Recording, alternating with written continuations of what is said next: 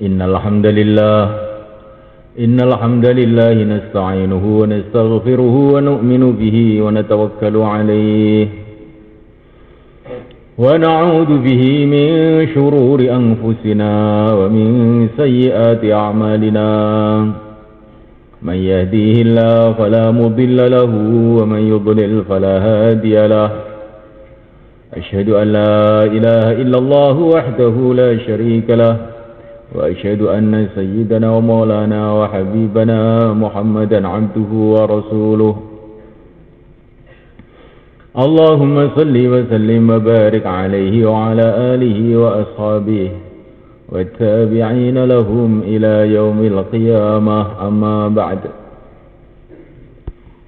فقد قال تعالى في كتابه الكريم: إن الذين قالوا ربنا الله ثم استقاموا فلا خوف عليهم ولا هم يحزنون. Hadirin dimuliakan Allah SWT,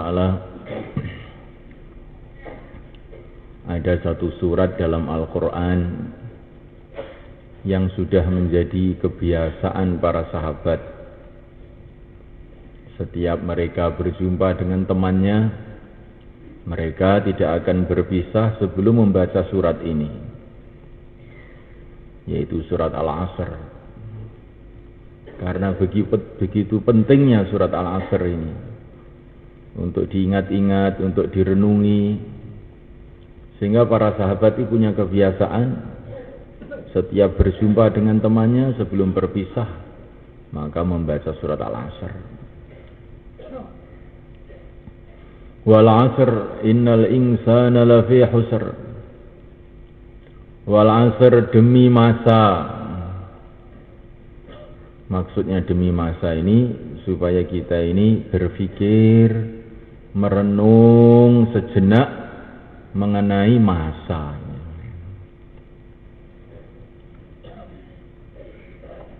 Merenungi masa yang lalu, 100 tahun yang lalu, 200 tahun yang lalu, 1000 tahun yang lalu. Kita renungi masa yang lalu. Kalau kita merenungi masa yang lalu, maka di antara hasilnya adalah kita ini akan ingat bahwa kita ini dulu tidak ada, kemudian diadakan oleh Allah Subhanahu wa Ta'ala. 100 tahun yang lalu kita tidak ada, kemudian diadakan oleh Allah Subhanahu wa Ta'ala.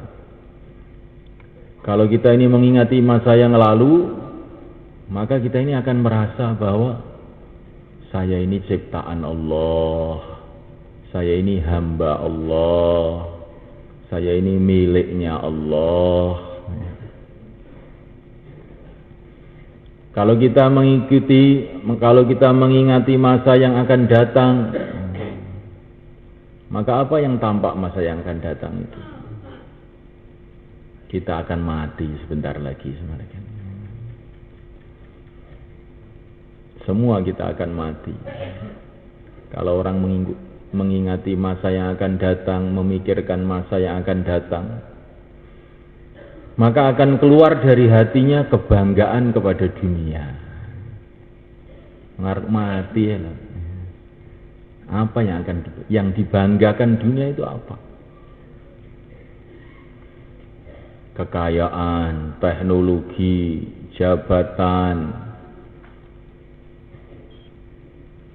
semua yang ada di dunia ini, kalau kita ini mikir akan mati, nilainya itu jadi nol putul semuanya kan. Nol putul betul-betul. Apa saja. Ini fulan-fulan, negara sana sangat maju. Teknologinya sangat canggih. Betul. Memang betul-betul hebat, seumpama bisa menyelamatkan mereka dari kematian. Tapi apapun teknologi yang dibuat manusia tidak akan bisa menyelamatkan mereka dari kematian. Walaupun bisa naik ke bulan, juga akan turun ke kuburnya masing-masing. Jadi kalau kita ini mengingati masa yang akan datang, maka teringat kematian. Dan kematian ini bukanlah akhir dari kehidupan manusia. Ada berita dari pencipta manusia bahwa setelah kematian ini akan ada kehidupan yang kekal abadi. Tidak akan selesai ceritanya seorang manusia sebelum fariqun fil jannati wa fariqun fis sa'ir. Sebagian manusia ke surga, sebagian manusia akan neraka. Karena Allah itu maha adil, malaikat. Allah itu maha adil. Di dunia ini masih banyak orang baik tapi dianggap buruk. Orang buruk dianggap baik. Maling dianggap pahlawan. Pahlawan dianggap maling. Maka Allah Subhanahu wa ta'ala yang maha adil tidak akan membiarkan keadaan itu begini saja. Allah punya hari namanya hari pengadilan. Hakimnya Allah sendiri, saksinya para malaikat untuk mengadili manusia ini seadil-adilnya. Ini kalau kita ini mengingati masa yang akan datang ini jadinya kayak begini pikiran kita. Tidak terkesan dengan suasana-suasana sekarang. Kalaupun seluruh dunia mengatakan kita ini orang baik, tapi kalau kita ini menurut Allah tidak baik, akan datang satu masa kita akan menyesal. Kalaupun seluruh dunia ini mengatakan kita ini orang buruk, tetapi kalau kita ini memang baik menurut Allah, akan datang satu masa kita dimuliakan. Ini diantara faedahnya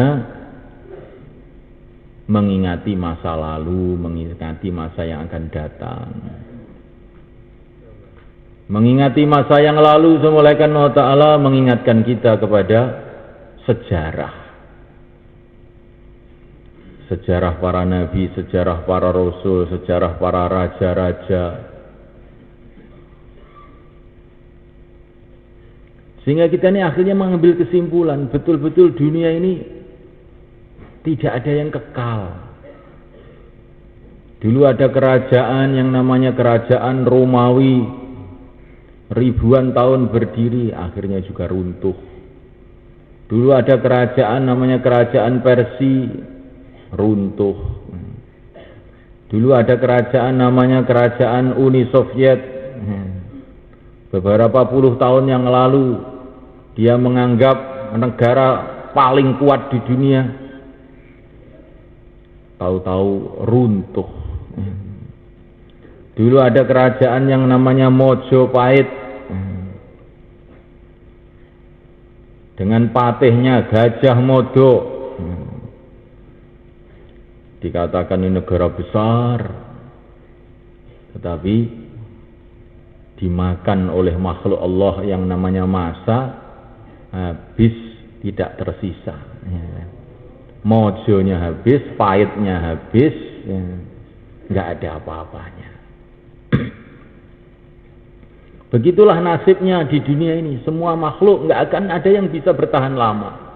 Karena memang dunia ini diciptakan oleh Allah bukan untuk berlama-lama. Sekarang semua orang takut dengan Amerika. Amerika ini super power. Nggak usah dibom, ya. Biarin aja biar dimakan yang namanya massa. Nanti tahu-tahu ditulis dalam sejarah dulu ada negara namanya Amerika, super power, tapi sekarang sudah tidak ada. Seperti Mojopahit begitu itu nggak ada, tahu-tahu. Memuliakan Allah Subhanahu Wa Taala. Begitulah dunia ini. Orang kalau memikirkan masa lalu, memikirkan masa yang akan datang, dia tidak akan terkesan, dia tidak akan terpengaruh dengan dunia ini. Tetapi yang dia pikirkan adalah yang setelah dunia ini, kehidupan yang kekal abadi yang selama-lamanya. Hadirin dimuliakan Allah Subhanahu wa taala, kalau kita memikirkan masa yang lalu, maka kita ingat amalan-amalan kebaikan kita, apakah sudah diampuni oleh Allah, apakah sudah diterima oleh Allah. Amalan-amalan keburukan kita, apakah sudah diampuni oleh Allah. Sehingga kita ini istighfar, menangis kepada Allah. Kalau kita mengingati masa yang akan datang mulai Allah Ta'ala, maka kita ini ingat apakah kita ini bisa mati dalam keadaan iman, dalam keadaan Islam atau tidak. Maka tiap saat doa, ya Allah berikanlah kepada aku husnul khotimah, mati dalam keadaan iman, dalam keadaan Islam. Nah, mulaikan Allah Ta'ala. Jadi memikirkan masa lalu, masa yang akan datang ini penting sekali dipikirkan. Ini banyak manfaatnya ini sebenarnya. Orang itu terkesan dengan keadaan-keadaan, tergiur dengan keadaan-keadaan, karena dia ini lupa masa lalu, lupa masa yang akan datang. Kalau kita ini melihat seorang raja yang kaya, gagah perkasa, dihormati seluruh manusia, maka kita akan terkesan. Tetapi semalaikan kalau kita melihat masa yang lalu, masa yang akan datang, tidak terkesan. Karena raja ini asalnya apa? Asalnya dari bayi. Bayi dari mana? Dari setetes air mani. Setetes air mani dari mana? Dari makanan. Makanan dari mana? Dari tanah. Kalau kita melihat masa yang lalu, maka melihat raja-raja tadi, teringat Allah, bukan terkesan dengan raja itu. Maha suci Allah, maha agung Allah. Tanah kok jadi raja? Tanah kok bisa jadi raja? Nah, mulaikan Allah Subhanahu wa taala, kalau kita mengingati masa yang akan datang, maka raja ini akhirnya bagaimana? Akhirnya tua, akhirnya mati, jadi tanah lagi. Sama saja. Akhir daripada seorang raja dan akhir daripada seorang kere sama saja, jadi tanah jasadnya ini. Tetapi nilainya ini yang beda, malaikat.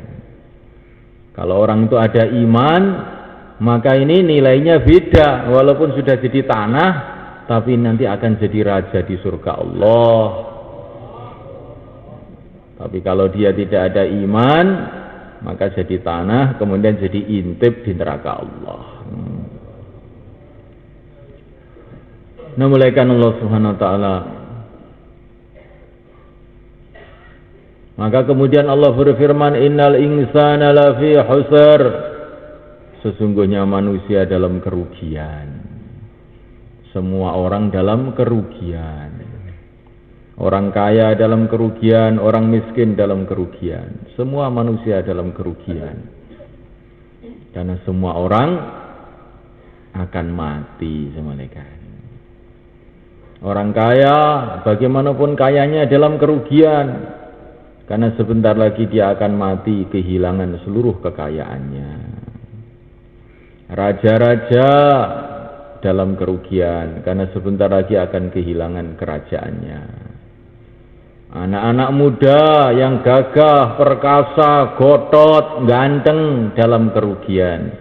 Karena sebentar lagi dia akan kehilangan kemudaannya.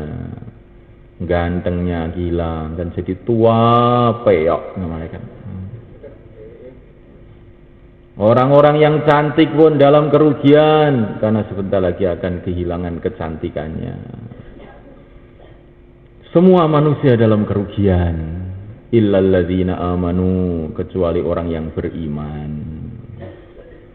Orang beriman ini bagaimanapun keadaannya, kaya, miskin, sakit, sehat, jadi raja, jadi rakyat, semua di dalam keberuntungan.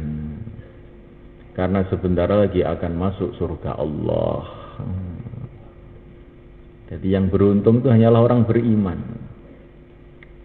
Seluruh orang yang tidak beriman rugi semuanya.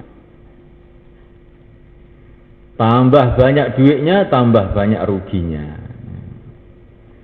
Kalau dia punya duit 1 miliar, maka mati kehilangan 1 miliar. Kalau uangnya 2 miliar, tambah ruginya tambah banyak, berarti akan kehilangan 2 miliar dia. Kalau nggak punya apa-apa, tidak kehilangan apa-apa. Ya. Jadi ini manusia ini aneh, kan? Kerugiannya dalam keberuntungannya, keberuntungannya dalam kerugiannya.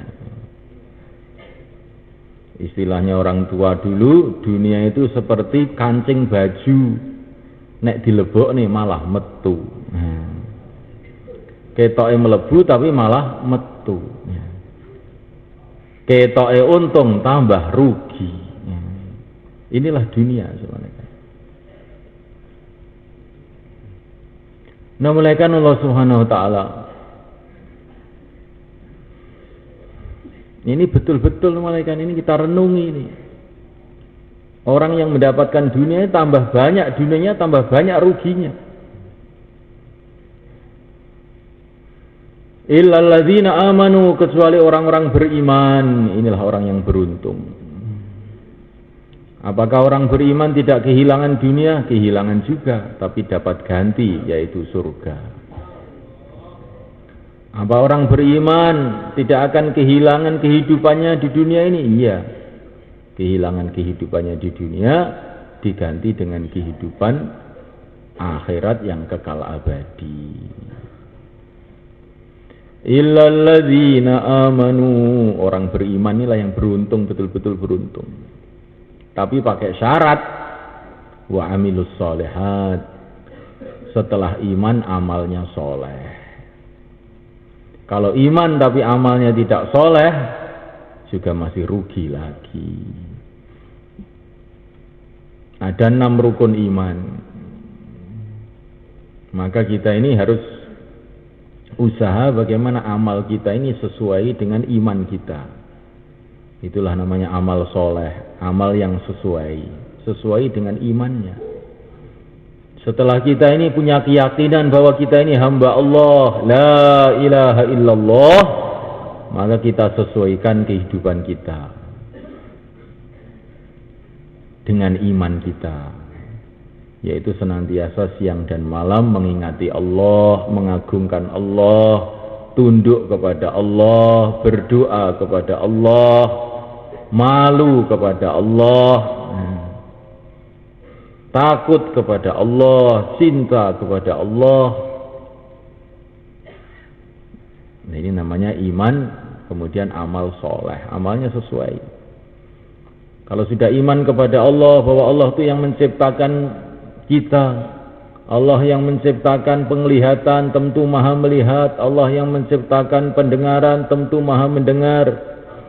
Kok kemudian kita ini tidak merasa didengar oleh Allah, tidak merasa dilihat oleh Allah, amalan kita seenaknya sendiri. Nah, ini namanya amalannya tidak sesuai dengan imannya. Setelah kita ini iman kepada Rasulullah SAW, bahwa Rasulullah adalah utusan Allah, semulia-mulianya makhluk. Dialah makhluk Allah yang diutus untuk menjemput kita menuju ridha Allah, menuntun kita menuju surga Allah. Semulia-mulianya makhluk, pimpinan para nabi, para rasul, yang mendapatkan bimbingan langsung dari Allah. Wa ma yantiqu 'anil hawa in huwa illa wahyu yuha. Semua ucapannya dari bimbingan Allah. Kalau kita sudah punya keyakinan demikian, maka siang dan malam kita sesuaikan kehidupan kita dengan kehidupan Rasulullah SAW. Nah, kita mencintai Rasulullah SAW, mencintai sunnah-sunnahnya, mencintai umatnya, mencintai perjuangannya, mencintai segala sesuatu yang berkaitan dengan Rasulullah SAW. Nah, apa saja kalau ada kaitan dengan Rasulullah, maka dicintai.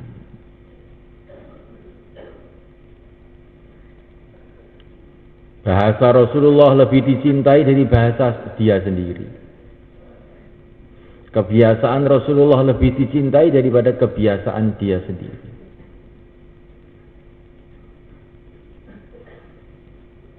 Ada orang itu semulaikan Allah Ta'ala mengatakan, saya ini ya Islam, tapi saya ini kan orang Jawa. Bukan, kamu bukan orang Jawa, kamu itu. Saya ini orang Jawa, maka ya saya pertahankan kejawen saya. Aja ngono kuwi, kleru kuwi. Saya ini Islam, saya ini hamba Allah, saya ini umat Rasulullah, saya ini anak cucunya Nabi Adam, tinggalnya di Jawa.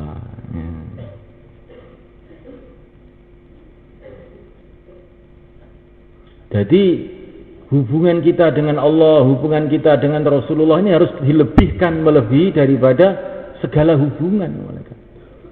La yu'minu ahadukum hatta yakuna Allah wa rasuluhu ahabba ilaihi mimma siwahuma.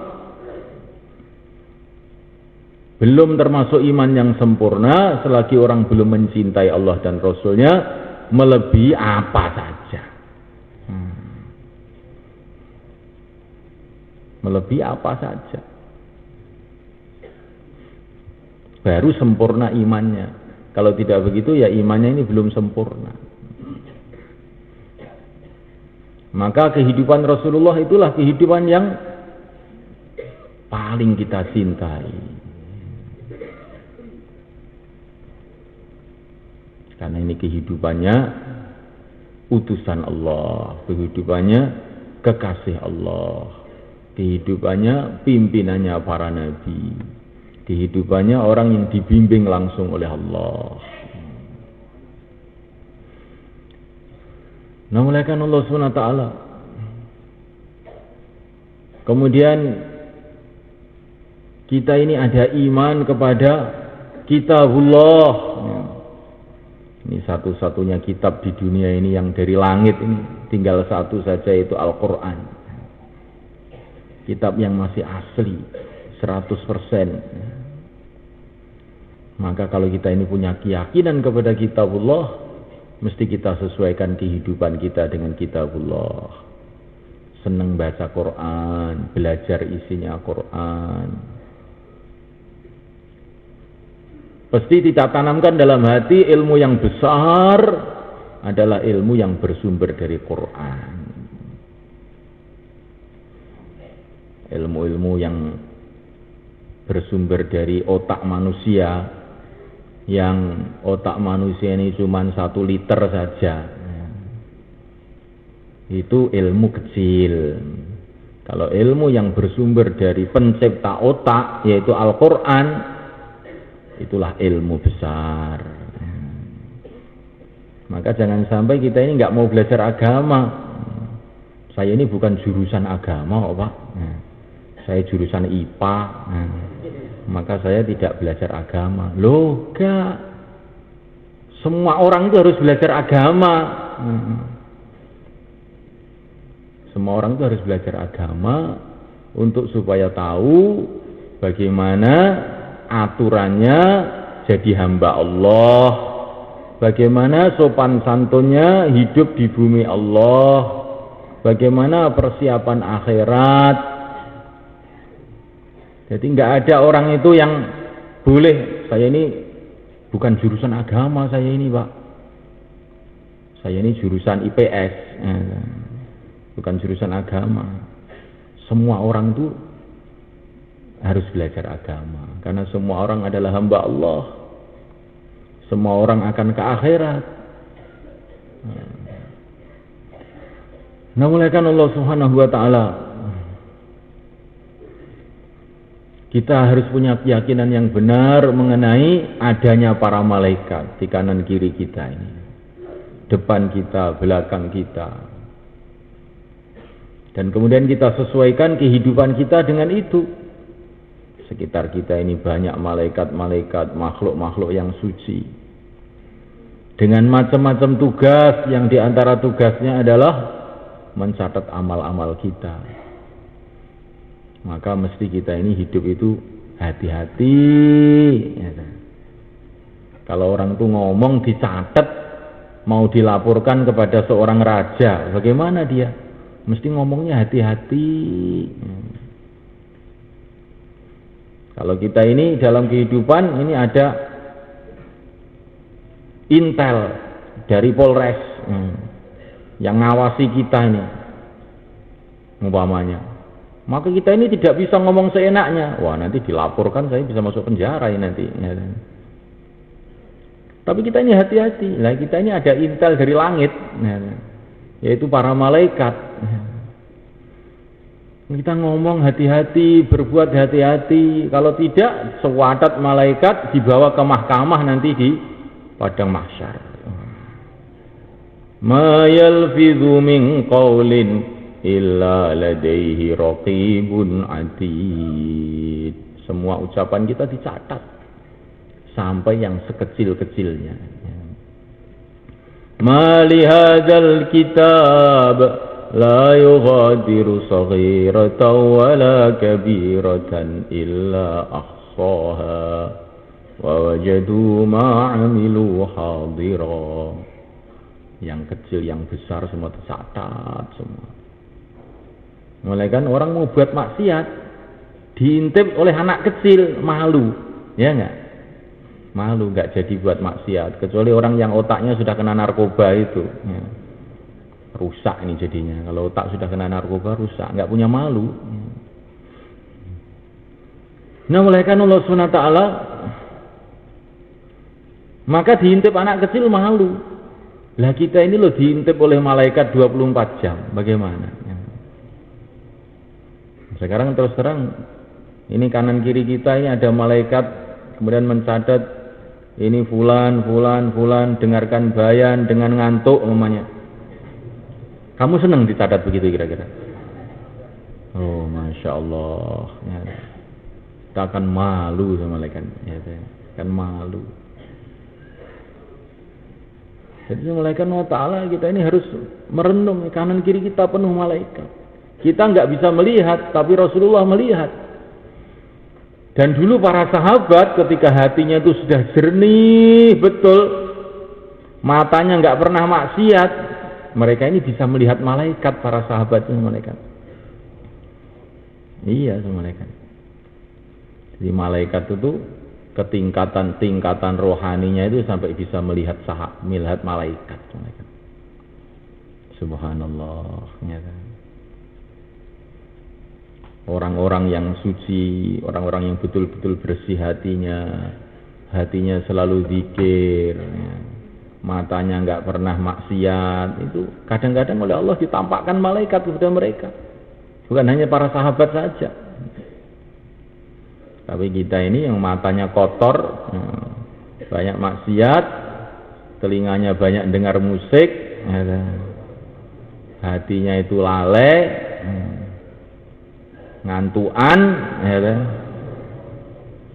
akhirnya melihat setan, bukan melihat malaikat. Ya.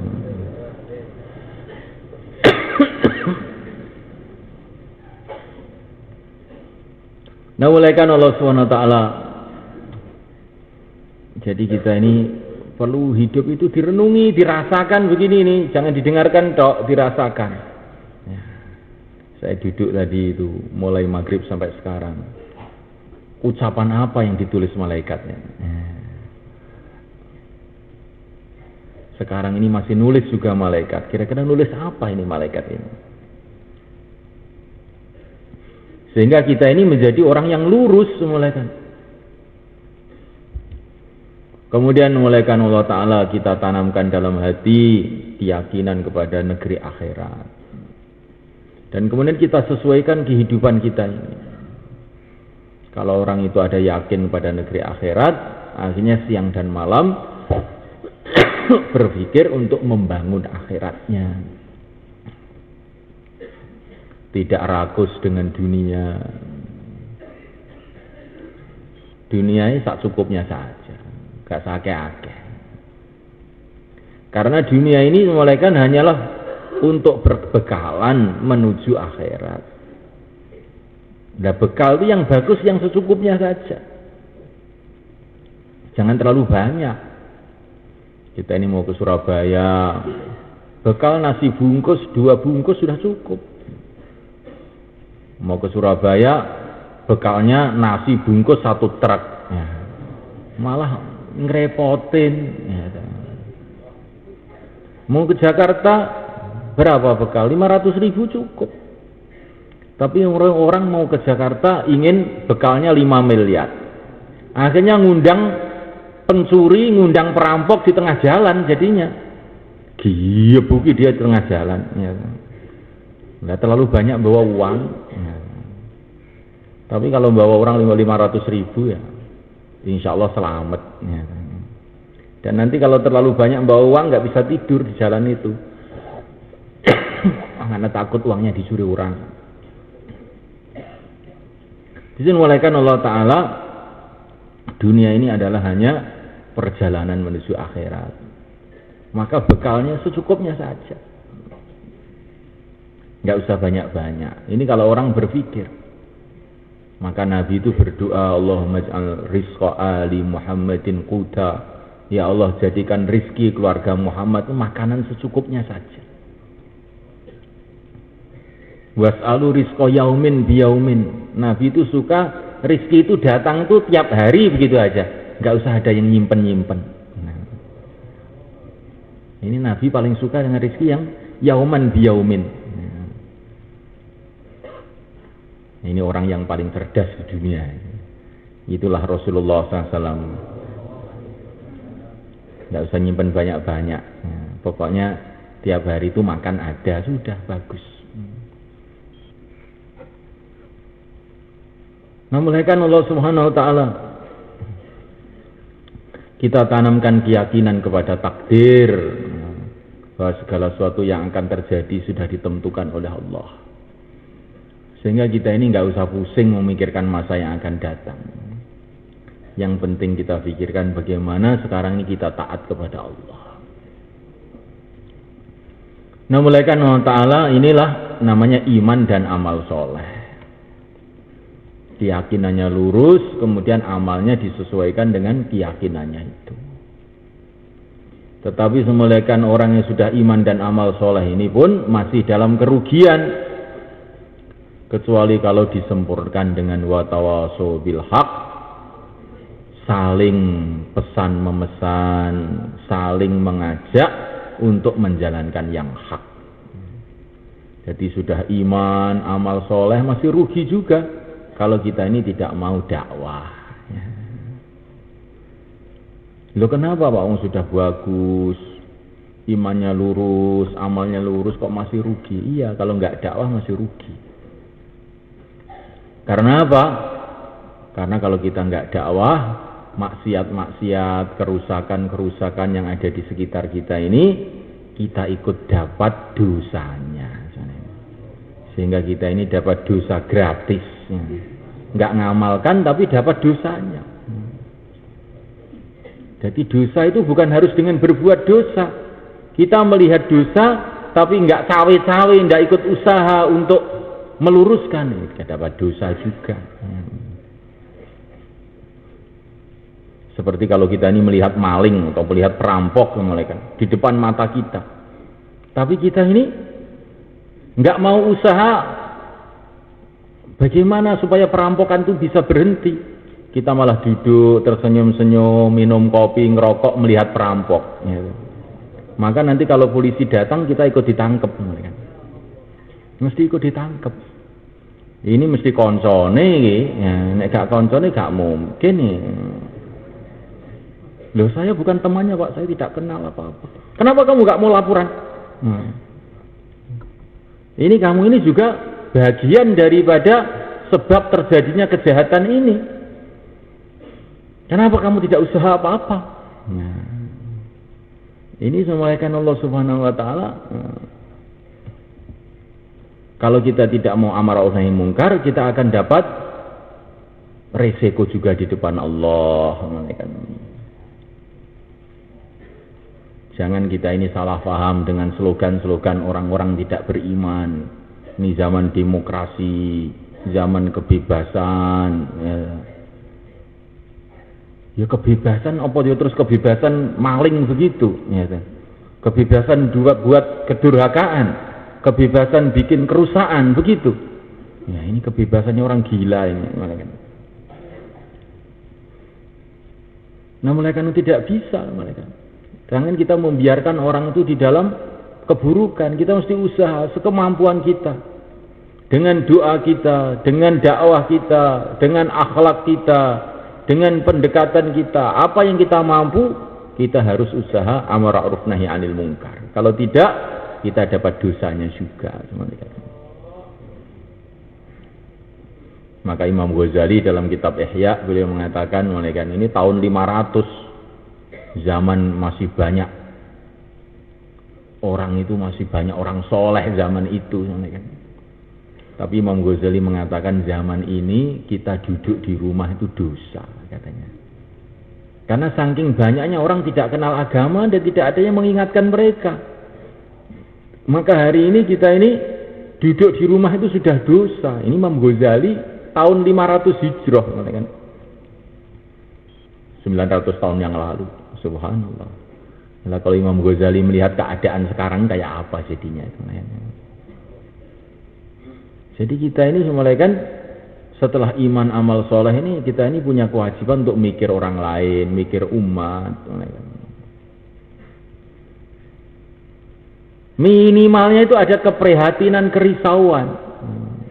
Minimalnya. Ada doa, ada tangisan. Ini minimalnya. Kalau tidak, bang, kita ini ikut bertanggung jawab.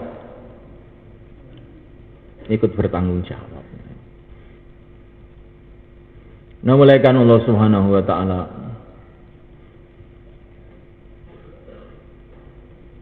dan kalau kita ini tidak amar ma'ruf nahi mungkar, maka kita ini dinilai di sisi Allah sebagai orang yang kejam, mulaikan.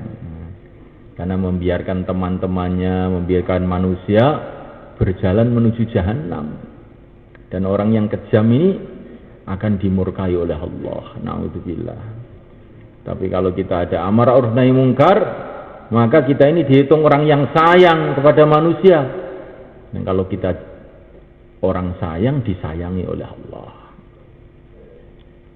Maka Syekh Yusuf rahimahullah yang mengarang kitab Hayatus Sahabah itu, beliau mengumpulkan santri-santrinya. Maukah kamu menjadi orang yang disayangi oleh Allah? Maukah kamu jadi orang yang dicintai oleh Allah? Tentu Syekh. Mudah, jalannya mudah. Sayangilah umat ini. Maka kamu akan disayangi oleh Allah. Kalau kamu disayangi oleh Allah, jadi wali kamu. Dari hati betul-betul menyayangi umat ini. Jangan sampai kita ini membiarkan siapa saja berjalan menuju jahanam. Kita doain, kita dekati. Di kampung kita harus ada pikir. Mulai kampung yang paling timur, kampung paling barat, utara, selatan, jangan sampai ada orang yang terjerumus dalam api jahanam. Di negeri kita pun begitu. Jangan sampai ada orang dimanapun saja yang terjerumus ke dalam api jahanam. Di sekup umat begitu juga. Bagaimana umat di seluruh alam mereka berjalan menuju ridha Allah. Insyaallah malaikat. Kita tahu semulaikan Allah Ta'ala bahwa memang manusia itu ada yang jatah ke neraka ada, jatah ke surga ada. Walaqad zara'na li jahannama katsiran minal jinni wal ins. Ada orang itu yang memang untuk jatah neraka itu ya ada. Ya. Tapi kita ini bukan urusan kita, itu urusan Allah itu. Ya. Urusan kita ini bagaimana menyayangi umat. Sebagaimana seorang dokter, pikirannya bagaimana pasiennya itu pada sembuh semua. Walaupun dia tahu mesti ada yang nggak sembuh, itu mesti ada. Yang mati itu ya mesti ada ceritanya, nggak ada rumah sakit terus semua masuk sembuh semua, nggak ada ceritanya. Tetapi namanya seorang dokter ya pikirannya bagaimana sembuh semua. Kalau dokter pikirannya pokoknya saya itu inginnya itu separuh pasien saya itu mati, yang separuh hidup. Nah, ini bahaya dokter begini ini semuanya kan. Dokter itu pikirannya bagaimana semua itu sembuh. Adapun jadi nggak sembuh itu bukan urusan kita. Itu takdir Allah. Nah, mulai kan seorang kiai juga begitu, pikirnya bagaimana santrinya jadi baik semua. Nah, kalau ada santri jadi beling, ya itu urus aku. Ya. Memang sejak dulu ya mesti ada santri beling, ya mesti ada. Tapi kalau pikirannya kiai itu saya ingin santri saya separuh soleh, separuh beling, nah ini kiai gendeng namanya ini. Begitu juga memulaikan kita ini sebagai penerus Rasulullah SAW. Fikir kita bagaimana semua orang jadi baik. Walaupun kita tahu mesti ada juga yang nggak mau baik, itu pasti ada. Nabi dakwah siang dan malam, sebagian jadi Abu Bakar, sebagian jadi Abu Jahal. Itu urusan Allah. Tapi Nabi terus juga dakwah siang dan malam. Maka kita ini begitu semulaikan. Dan dakwah itu maksud yang terpenting bukanlah supaya orang itu mau, tapi maksud yang terpenting supaya kita ini bisa sayang kepada umat sehingga kita disayangi oleh Allah. Itu maksud yang terpenting. Dakwah itu maksud yang terpenting itu bagaimana kita dapat ridha Allah, itu maksud yang terpenting. Orang mau, orang tidak mau itu nomor 2. Ini maksud yang terpenting dari dakwah, supaya kita dapat ridha Allah. Nabi Nuh itu dakwah 950 tahun. Dapat orang cuma sedikit. Padahal dakwah beliau ini sudah sempurna, laila wa nahara, siang dan malam. Setiap 12 tahun kurang lebih dapat 1 orang. Subhanallah, ya kan? Tapi Allah tidak marah sama Nabi Nuh. Nuh, kamu nggak dapat tahsilan bagaimana toh Nuh? Tapi Allah mengatakan salamun ala Nuhin fil alamin. Salamnya Allah untuk Nuh. Ya. Jadi Allah SWT kirim salam untuk Nabi Nuh alaihissalam. Karena apa? Nabi Nuh sudah menunaikan tugasnya. Inni da'autu qaumi lailau wa nahara. Siang dan malam sudah dakwah. Nanti kita ini begitu semulaikan. Terus dakwah. Orang mau, orang tidak mau, kita tetap dapat pahala terus. Ya. Seperti dokter tuh ngobati orang, sembuh nggak sembuh ya tetap dapat gaji terus. Ya. Enak jadi dokter ini semulaikan. Ya, jadi dai juga begitu. Orang mau, orang nggak mau tetap dapat pahala aja terus. Maka kalau orang tidak mau kita jangan marah. Lalu dapat pahala kok marah gimana? Kalau orang itu ngajak orang nggak mau kok marah. Nah ini tandanya itu dakwanya nggak cari pahala ini. Kalau dakwanya cari pahala, orang mau, orang nggak mau ya seneng aja. Wah kesempatan nih, dia nggak mau berarti kesempatan besok saya datang ke sini lagi, dapat pahala lagi. Lah kok nolak lagi? Oh ini berarti pekerjaan diperpanjang ini. Pahalanya tambah banyak lagi nih. Gimana semalekan? Masya Allah. Jadi kita ini dakwah untuk dapat ridho Allah saja. Dan orang itu kalau dakwah hanya semata-mata mencari ridho Allah. Kemudian dia diteruskan doa kepada Allah, maka doa-doanya akan makbul. Nah mulai kan sudah iman, amal soleh, dakwah, masih rugi juga kalau tidak disempurnakan dengan yang satu lagi, yaitu sabar. Wa tawassaw bis sabr. Harus sabar. Bagaimana supaya sabar? Kalau kita ini merasa dunia ini tidak lama, ya kita sabar. Kalau kita merasa dunia ini lama, nggak akan sabar kita ini. Kamu kerja mulai pagi sampai sore, saya gaji 1 miliar, insya Allah semua siap. Gitu. Tapi kalau ada orang dikasih tahu kamu kerja 100 tahun, saya kasih 1 miliar, ya nggak akan ada yang bisa angkat tangan. Ya 100 tahun apa nyambut gawe sapa sing kuat. Ya begitu juga malaikat.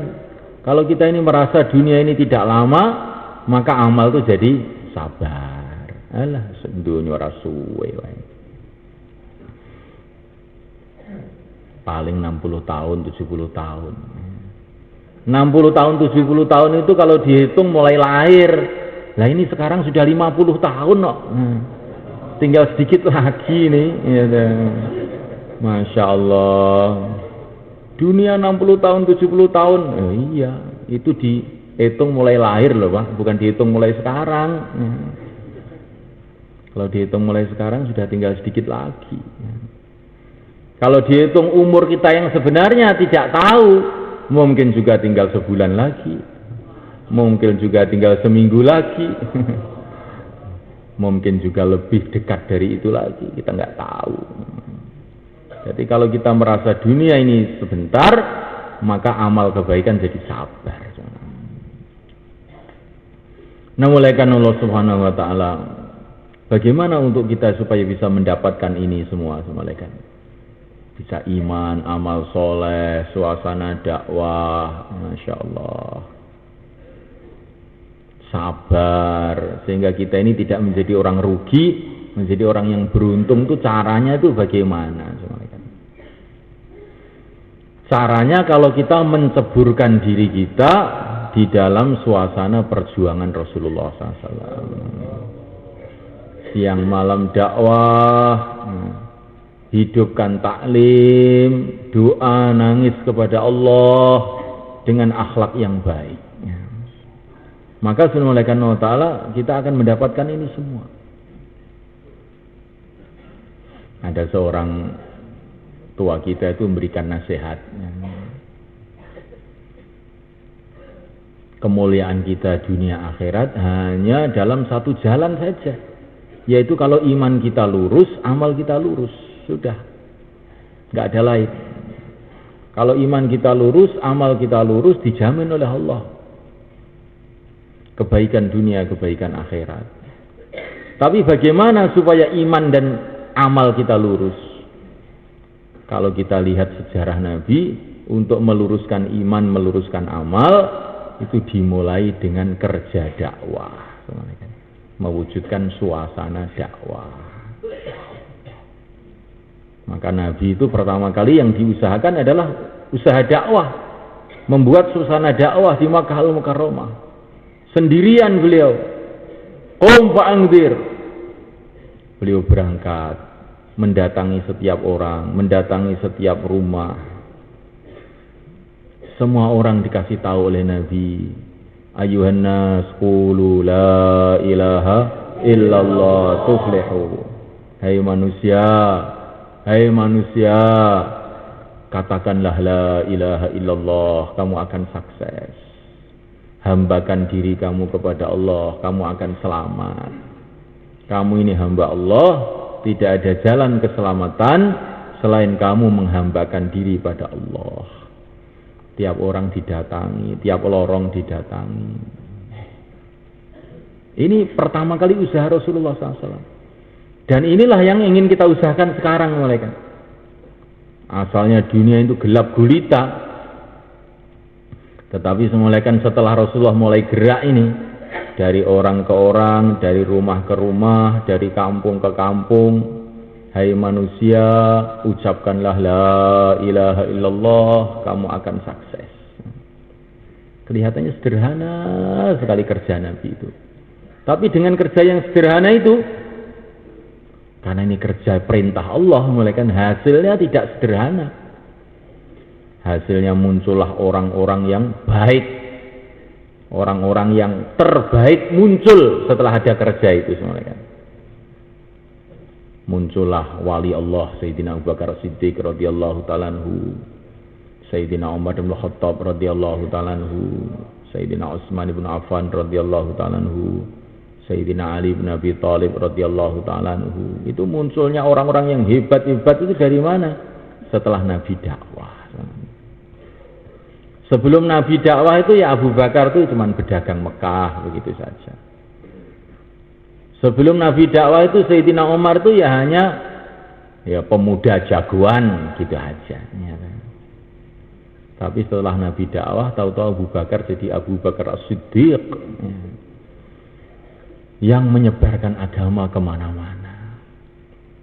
Umar jadi Umar Al-Faruq, yang kalau berjalan setan-setan pada lari semuanya. Yang asalnya cuma jagoan Mekah gitu saja, senengannya gelut, ya. Lah kok jadi Umar Al-Faruq yang setan pun ketakutan melihat Umar. Kapan ini terjadi? Setelah ada dakwahnya Rasulullah SAW. Jadi setelah dakwah itu semula kan akan muncul orang-orang soleh, muncul orang-orang baik. Itu setelah dakwah. Sebelum ada dakwah, pokoknya enengi wong is sumpek terus. Gelap gulita. Maka nanti kalau kita ini dakwah, mengikuti jejak Rasulullah SAW, maka kita akan melihat pengalaman-pengalaman seperti pengalamannya Rasulullah SAW. Orang maksiat jadi taat, orang kafir jadi iman, orang buruk jadi baik. Akan kita lihat terus-menerus. Hari-hari akan kita lihat. Dan ini sudah kita lihat di mana-mana. Dengan kerja-kerja dakwah ini, maka banyak orang diperbaiki oleh Allah SWT. Di seluruh dunia, bukan di negeri kita saja.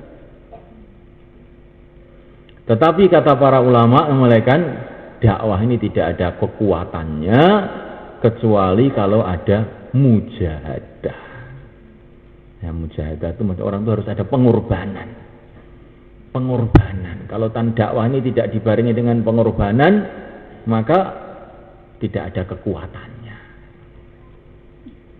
Memulaikan Allah dan mujahadah ini nggak akan ada kekuatannya kalau tidak dibarengi dengan inabah. Inabah itu nangis kepada Allah SWT.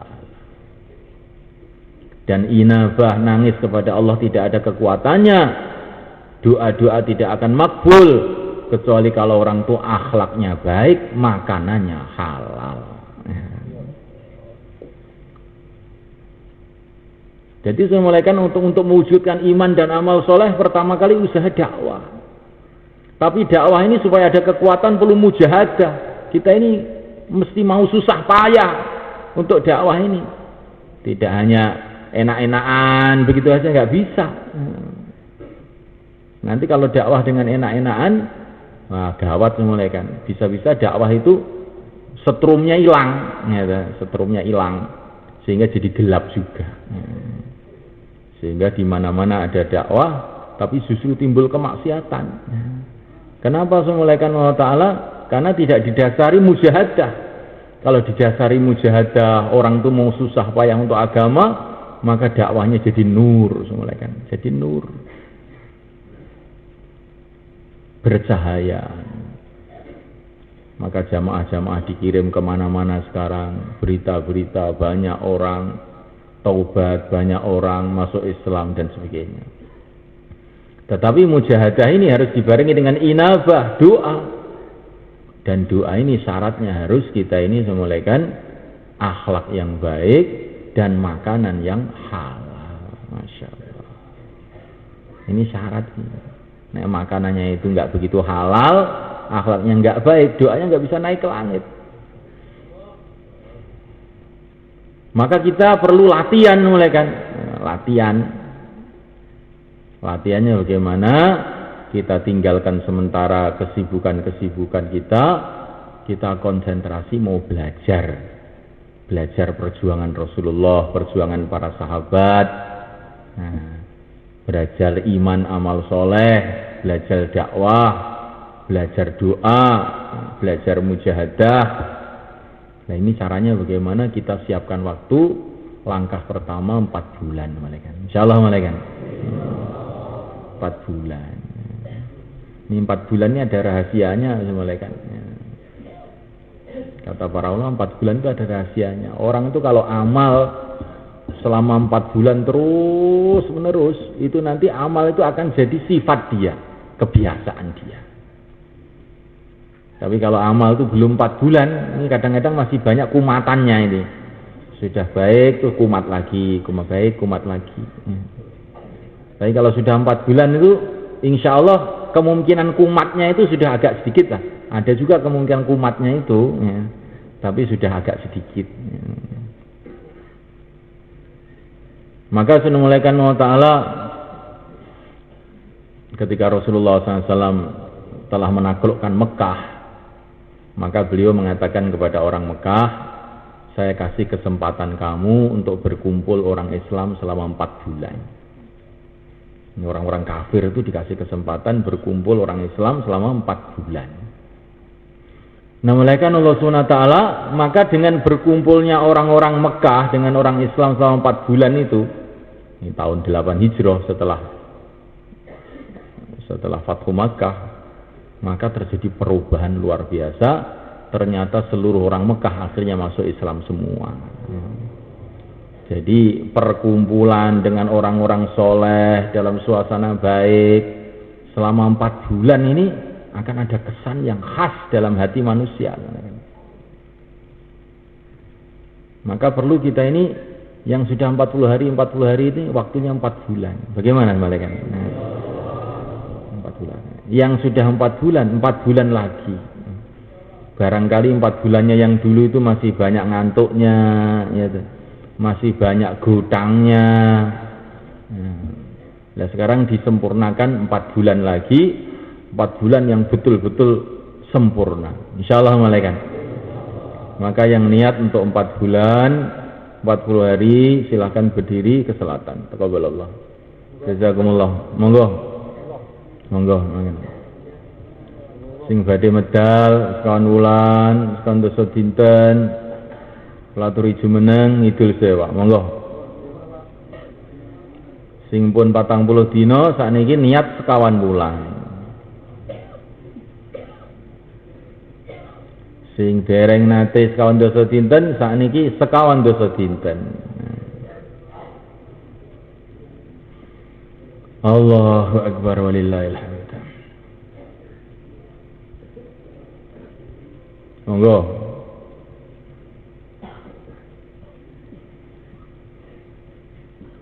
Nek kita niki mikir, niki amalan agami kanggo kepentingane awake dhewe-dhewe nggih, ringan kok nggih. Kados sini sampean macul teng sawah sampean ki ambak. Lah mbok 40 tahun ya siap sawah-sawah dhewe. Nek sampean kan macul teng sawahe wong ya 3 dina wis gak kuat gitu. Lah niki urusan agama niki urusane dhewe-dhewe lho, Pak. Bangun akhirate dhewe-dhewe. Mosok sampean 4 wulan niku kabotan sampean. Wong kanggo omahe dhewe-dhewe gitu. Dudu omahe wong, omahe dhewe-dhewe gitu. Arep kanggo kawin karo widodari sing kawin nggih sampean dhewe. Sing anggone kraton-kraton teng swarga nggih sampean dhewe. Lah kok nyambut gaene sampean wakilne teng wong disundi, Pak. Lah kae wis ana sing metu wis lho. Iki urusane dhewe-dhewe gak urusane wong kok. Mosok nek sampean mangan niku. Lah wong wis padha mangan aku wis gak samangan ae. Ngoten lho. Lho mangan iki urusane dhewe-dhewe. Nah agama ya urusane dhewe-dhewe. Walaupun wong kabeh wis metu 4 bulan nek aku durung ya aku ki ya kudu ndang metu, ngoten Pak nggih. Dadi ngene ngoten. Urusane dhewe-dhewe kok. Kok njagakne wong. Sinten malih monggo. Sing badhe sekawan wulan, sekawan dosa dinten, pinten dinten mawon. Pun pinten dinten mawon. Monggo jumeneng. Napa suwulan 10 dina, 3 dina, pinten dinten mawon? Ah monggo jumeneng idul, monggo. Tambah masa, sisa masa. Monggo. Tambah masa, sisa masa, pinten dinten mawon. 10 dina, 7 dina, 3 dina, monggo jumeneng saya, monggo. Nggih. Allah.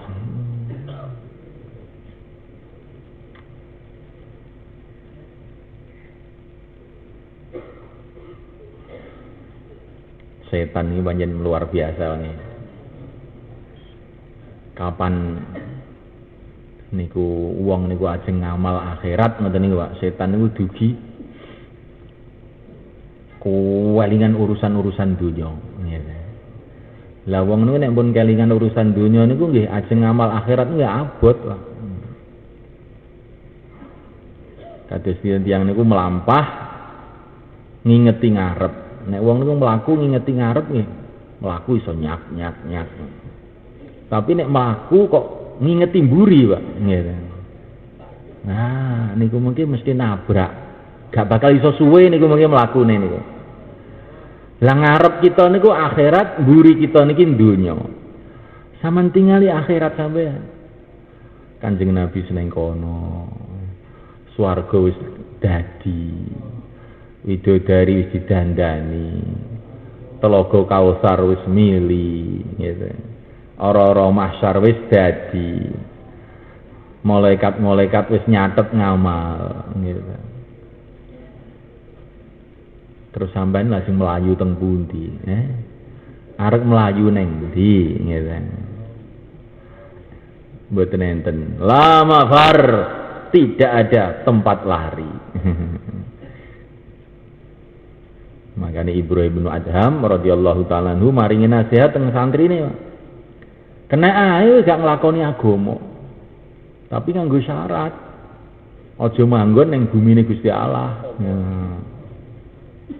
Kena ae kowe gak nglakoni agama kena ae. Tapi nganggo syarat. Engko nek malaikat Israel teko kowe aja gelem mati. Kena ae kowe gak nglakoni agama, tapi nganggo syarat. Nek kelangan swarga ya sing sabar. Kena ae kowe gak nglakoni agama, tapi nganggo syarat. Nek kowe kuat mlebu neraka. Lah nggih mboten saged lah makane. Pikiran dhewe gitu. Terus ndi, Pak? Insyaallah nggih. Sakniki sampean mudzakarah tiga-tiga janjian tenanan. Sok kapan metu tangulan? Wis. Pokoke nek urung metu tangulan ketoke gum tenanan sampean iki. Wis metu tangulan kuwi rodok tenanan iki menan. Monggo tiga-tiga sekawan-sekawan. Ayo, latihan tenanan jadi, monggo. Tiga-tiga sekawan-sekawan janjian, sok kapan? Nek arep metu tangulan sok kapan? Awake dhewe iki pengen tenanan lho. Nah, ngoten, monggo.